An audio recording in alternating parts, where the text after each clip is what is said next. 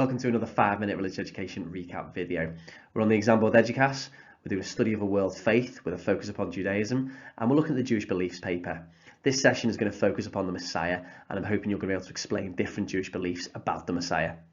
So the exam board then, they're expecting you to know different views between Orthodox and Reform about the Messiah. They want you to understand that the Messiah is a special person who brings an age of peace, the idea of the Messiah's arrival as signaling the end of the world, also the fact that some Jews pray for the arrival of the Messiah, and finally how some Jews are more concerned with living a life according to the mitzvot. Now, starting off, the actual term Messiah, it comes from the Hebrew word Mashiach, which stands for anointed. And when you're anointed, what happened was you had oil poured on your head, and it showed that you were specifically chosen by God for a purpose or a special mission. Now, Jews believe that the Messiah is this anointed one, the specially chosen one, and he's going to bring about the Messianic age. Now, this will include the rebuilding of the temple in Jerusalem, that promised land that was promised with the covenants with Abraham and Moses. But also during this Messianic age, it's going to be a time of peace, no war, no poverty. So, for the exam then, you need to be clear about the difference between Reform and Orthodox. Now, one type of Jew is Reform, and they're a bit more liberal, they're a bit more relaxed in their views, and they do not see all of the Torah as kind of literal. They see how it can be adapted to modern times. Therefore, they take a bit more of a metaphorical or a message-based view. Orthodox, on the other hand, they're far more strict. They see the Torah as the absolute word of God, and it should be followed exactly as stated. So they're going to be more literal or fact-based, and this is going to have an impact now on how they view the Messiah and the Messianic age. So the Reform, ultimately, they are less likely to see the Messiah as an actual person. They're more likely to see it as this time on earth. Whereas the Orthodox, they are more likely to see the Messiah as an actual person. So starting with the Orthodox then, they believe that the Messiah will be an actual person, that this person will rule from Jerusalem, they will rebuild the temple in Jerusalem, that they will be born from the line of Abraham and David, that they will be a just and fair ruler, and during their time of rule, they will bring about an age of peace. And what I'm going to do is I'm going to bolt on a couple of pieces of evidence here to support this.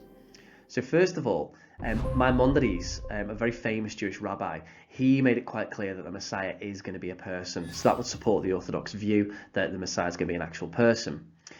Now, King David in the book of Samuel, he was promised by God that from his family an eternal kingdom would be established. Someone would create and lead this messianic age. And this is why it says in the book of Samuel, I will establish the throne of his kingdom forever. So we can see that from the line of David, God is promising that a Messiah will come from that line, this great leader. And finally, being just and fair in age of peace. Well, in the book of Micah, the prophet Micah says, nation will not take up sword against nation, so there will be no fighting during this messianic age with the Messiah in charge. But also, in the book of Isaiah, and here's some great qualities you can pick out, it says, he will be called a wonderful counselor, a mighty God, everlasting Father, and a Prince of Peace. So all of these adjectives are getting used from the prophet Isaiah to describe what this person, this Messiah, will actually be like. However, let's hop onto the Reform Jews. Now, Reform Jews, they do not believe the Messiah will be a real person. They believe it will be a time on earth. It will be a messianic age rather than a person. And this age will be a time of peace. The Reform Jews would argue there's been too many false messiahs, but also they would sit there and say the messianic age will be brought about by all Jews following the mitzvot. And also they highlight that the Torah, it never actually directly references a Messiah, a messianic figure. It talks about this wonderful time, the age, but not actually a person in charge. And we're going to, again, bolt on a bit of evidence here. So in the book of Isaiah again, it talks about a time when a wolf will live with the lamb. So this idea that enemies become friends, it'll be a time of peace.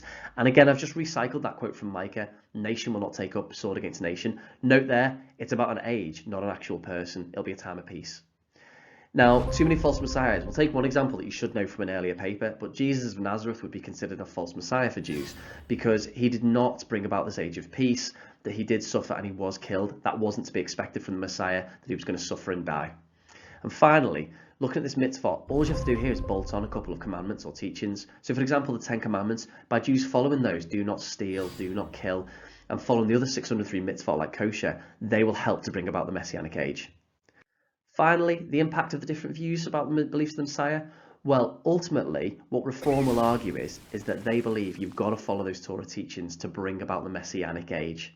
However, if you look at Orthodox, they'll argue that God's omniscient, who has a time and a date when the Messiah is going to arrive, and they need to pray and live good lives and wait for the Messiah to arrive, because then he will improve the world and bring the world to an end for the day of judgment.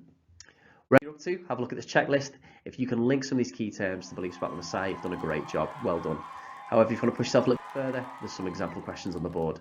Whatever you get up to, good luck. Thank you for listening.